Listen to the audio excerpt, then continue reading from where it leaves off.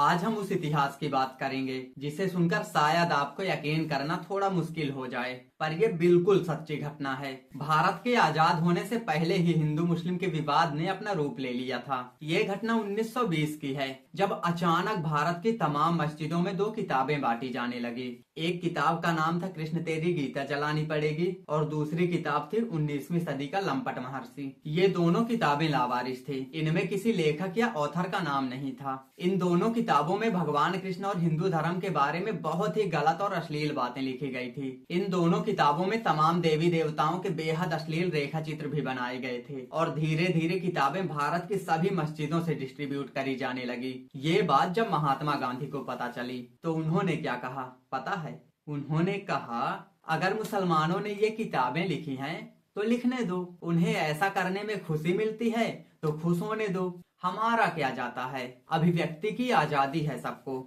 और कहा कि भारत में सबको अपनी बात रखने का हक है। लेकिन इन किताबों और गांधी जी के स्टेटमेंट से पूरा भारत उबल रहा था। तब बदले की आग में हिंदुओं ने कहा, अच्छा जी ऐसी बात है। और 1923 में लाहौर स्थित राजपाल प्रकाशक के मालिक राजपाल जी ने एक किताब प्रकाशित की जिसका नाम था रंगीला रसूल। उस बुक के लेखक का नाम गुप्त रखा गया और लेखक की जगह लिखा था दूध का दूध पानी का पानी।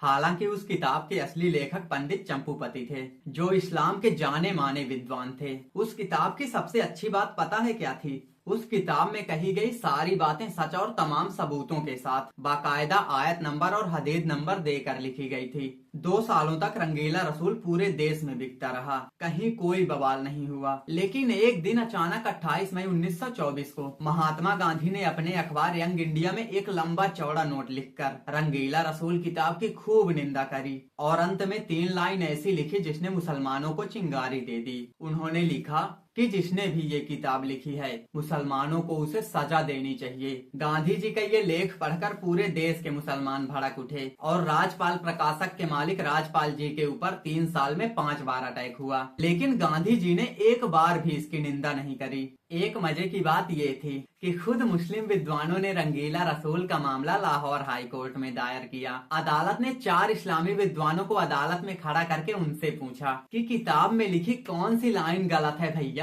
चारों के चारों विद्वान इस बात पर सहमत थे कि किताब में लिखी सारी बातें सच हैं।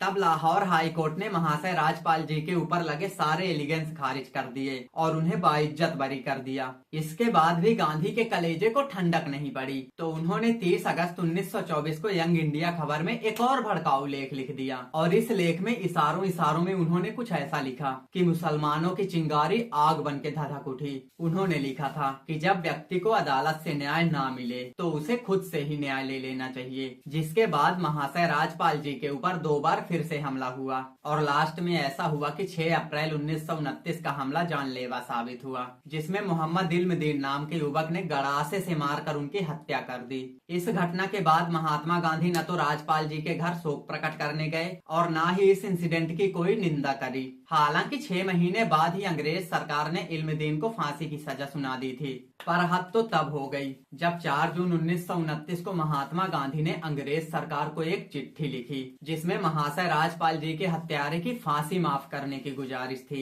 उन्होंने चिट्ठी में लिखा था कि हत्यारा निर्दोष और नादान है क्योंकि उसे अपने धर्म का अपमान सहन नहीं हुआ और उसने गुस्से गुस्से में आकर ऐसा कदम उठा लिया। दूसरी तरफ जिन्ना ने लाहौर हाई कोर्ट में मुकदमा दायर कर कहा कि हत्यारा मात्र 19 साल का है, इसलिए इसकी उम्र को देखते हुए फांसी की सजा को उम्र कैद में बदल दिया जाए। लेकिन फिर भी मोहम्मद इल्मुद्दीन को 31 अक्टूबर 1929 को लाहौर जेल में फांसी दे दी गई। अब हिंदुओं को जागने की जरूरत है, अपने धर्म का मान करो और सच्चे सनातनी बनो। ये वीडियो हर हिंदू के पास शेयर जरूर करना और प्लीज एक प्यारा सा लाइक और चैनल को सब्सक्राइब भी कर लो। जय श्री राम। मिलते हैं अगली वीडियो में।